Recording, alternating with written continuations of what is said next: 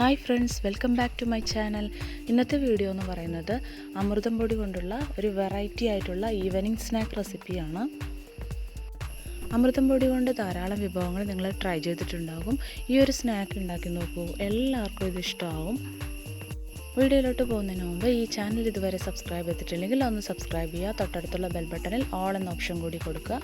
എങ്കിൽ മാത്രമേ ഞാൻ ഫ്യൂച്ചറിൽ വീഡിയോ അപ്ലോഡ് ചെയ്യുന്ന സമയത്ത് നിങ്ങൾക്ക് നോട്ടിഫിക്കേഷൻ വരുള്ളൂ, മിസ് ചെയ്യാതെ കാണാനും പറ്റുള്ളൂ. വേഗം തന്നെ നമുക്ക് വീഡിയോയിലോട്ട് പോവാം.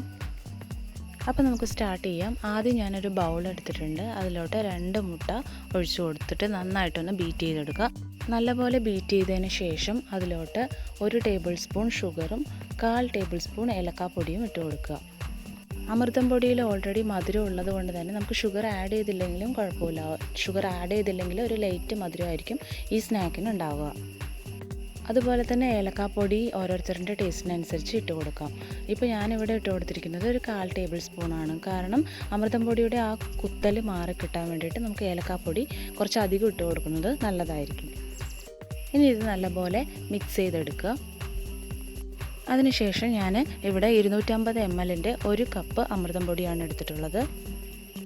ഈ അമൃതം പൊടി ഒരുമിച്ച് ഇതിലോട്ട് ആഡ് ചെയ്യേണ്ട, കുറച്ചായിട്ട് ആഡ് ചെയ്തിട്ടൊന്ന് ഇളക്കി കൊടുക്കുക.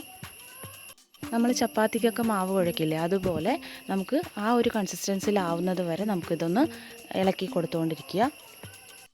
നമ്മുടെ ബാറ്റർ ഇവിടെ റെഡി ആയിട്ടുണ്ട്.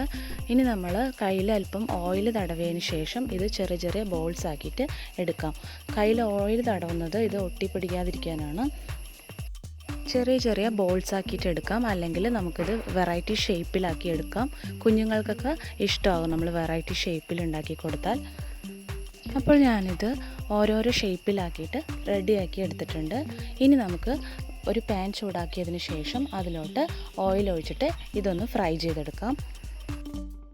ലോ ഫ്ലെയിമിൽ വെച്ചിട്ട് തന്നെ നമുക്കിത് ഫ്രൈ ചെയ്തെടുക്കാം, അല്ലെങ്കിൽ കരിയാൻ സാധ്യതയുണ്ട്. അതുകൊണ്ട് തന്നെ ലോ ഫ്ലെയിമിൽ വെച്ചിട്ട് നമുക്ക് തിരിച്ചും മറിച്ചും ഇട്ട് കൊടുത്തിട്ട് നല്ലപോലെ ഒന്ന് ഫ്രൈ ചെയ്തെടുക്കാം.